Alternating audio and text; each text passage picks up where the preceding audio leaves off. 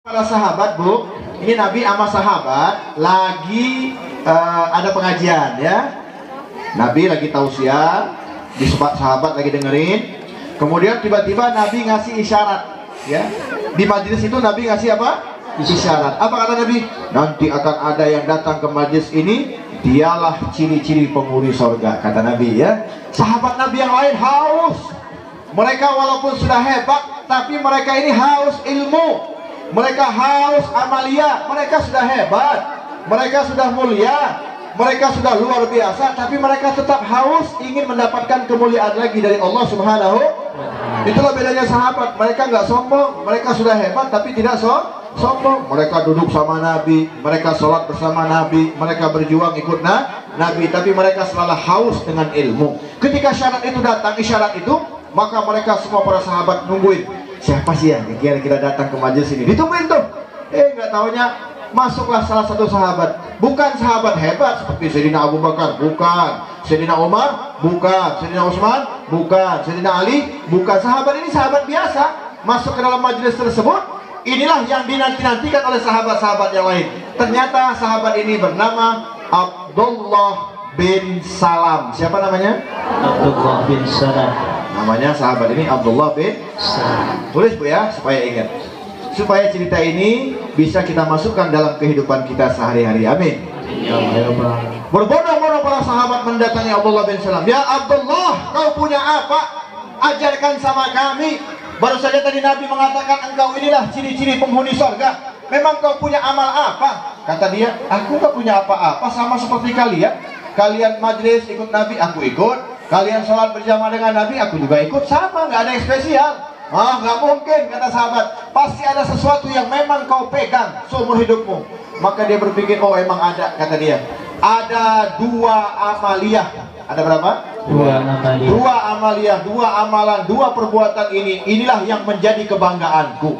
Inilah yang menjadi motivasiku. Inilah yang menjadi peganganku, dua ini. Oh ternyata dengan dua ini bukan bisa masuk surga, tapi bisa menjadi penghuni. Maka sahabat yang lain bertanya, apakah itu ya Abdullah? Ajarkan kami. Hebat para sahabat. Maka Abdullah bin Salam bilang, aku yang pertama yang aku punya adalah salamatus sadr. Apa? Salamatus. Artinya apa? Selamat dari penyakit hati. Saya ulang ya. Selamat dari penyakit hati. Kita yang ada di sini punya penyakit hati nggak? Punya. Ada orang sukses, kita senang atau sedih? Sedih, senang. Sedih. Sedih. Contoh nih ibu-ibu ya, ibu-ibu saya kasih contoh. Misalnya Bu, punya tetangga. Bu, Ibu, masih hidup? Alhamdulillah. Bu, Ibu. Misalnya ibu punya tetangga, tiba-tiba Allah kasih rezeki lebih. Terus tetangga ini ke pasar beli kulkas 5 pintu.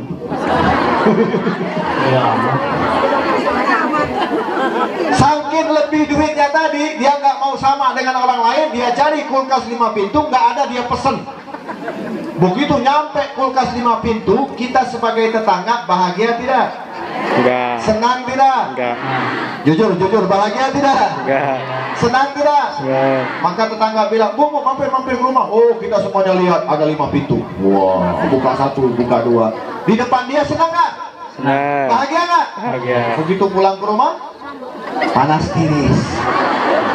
Langsung di kepalanya ditempel 3 koyok. Tetangga 5 pintu, di rumah 1 pintu banyak salju. Tiap minggu, tiap bulan bersihin salju. Ya Allah, kenapa ini ya Allah? Kan begitu. Betul nggak? Ini gambaran sederhana. Sederhana saja. Kita nggak usah bahas-bahas yang terlalu tinggi. Akhirnya pulang suaminya. Pas suami pulang kaget. Bu, itu kenapa di kepala ada tempelan? Stres. Badannya panas. Naon, ada apa? Tetangga. Emang kenapa? Kulkas 5 pintu. Kita, ini gimana? Nangis. Depan dia bahagia, senang, di belakang dia. Ini namanya penyakit. Ini pasti ada pada diri kita. Ini pasti ada nih penyakit. Karena setan terus akan mengganggu kita supaya kita punya penyakit hati. Kata suaminya, tenang Bu. Sabar. Kalau tetangga nih beli kulkas 5 pintu, nanti besok aku belikan ibu 7 pintu. Apa kata isinya? Mimpi kali. 1 bulan berikutnya, 1 tahun berikutnya, oh dapat rezeki lagi, nggak tanggung-tanggung. Apa rezekinya? Suaminya dapat rezeki, dapat bonus, beli mobil mewah, mereknya Alphard. Wow. Harganya 1 miliar lebih. Parkir saking gedenya nggak bisa parkir di rumah, di pinggir jalan. Keluar tuh, ibu-ibu tadi keluar, kita tetangga, ini mobil gede amat. Ditanya, punya siapa? Suami baru beli. Wah hebat. Sebentar ya, kenapa? Ambil HP dulu, mau selfie. Wah, di selfie dulu ya, selfie dulu. Begitu di selfie, senang, selamat ya. Masya Allah, kau hebat ya. Beli mobil Alphard dan segala macam. Pulang lagi tuh. Si ibu tadi pulang, kira-kira bahagia nggak? Seneng nggak? Tetangganya dapat mobil mewah, seneng apa tidak? Pulang ke rumah, ya Allah, kalau tadi kulkas 3 pintu 3 tempelan, sekarang ada 11 tempelan. Lebih parah lagi, mobil mewah. Pulang suaminya, kaget lagi. Hei bu, itu kenapa sampai 11 tempelan? Emang kau nggak lihat? Iya, aku lihat di samping ada mobil mewah, mereknya Alphard, mahal tuh mobil. Iya, kita kapan? Masa naik odong-odong terus? Kata suaminya, sabar bu, sabar. Kalau tetangga beli mobil Alphard, ibu saya kasih Al-Fatihah. Maksudnya apa? Doa, minta sama Allah. Orang yang punya penyakit hati, doanya juga salah. Gimana doanya? Malam begadang tuh suami istri. Ya Allah, kenapa tetangga sebelah suaminya jarang ke masjid, istrinya jarang ke pengajian, sementara kami punya suami rajin ke masjid, 5 waktu di masjid. Saya, kata dia, setiap pengajian di mana duduk paling depan, dengerin nasihat. Kenapa ya Allah? Orang kayak kami rezekinya sempit, orang kayak gitu rezekinya lancar. Doanya nyalahin Allah. Ini berbahaya. Orang yang punya penyakit hati sudah dicontohkan siapa? Iblis. Iblis itu hebat. Rumahnya di sorga, tinggalnya di mana? Sorga, terkenal, alim, berilmu. Hebat tuh iblis, dipuji oleh malaikat. Kenapa Allah marah? Kenapa Allah murka? Kenapa Allah usir? Kenapa? Karena iblis tidak punya punya penyakit hati. Dia nggak senang ketika Nabi Adam datang, dia merasa ada saingan.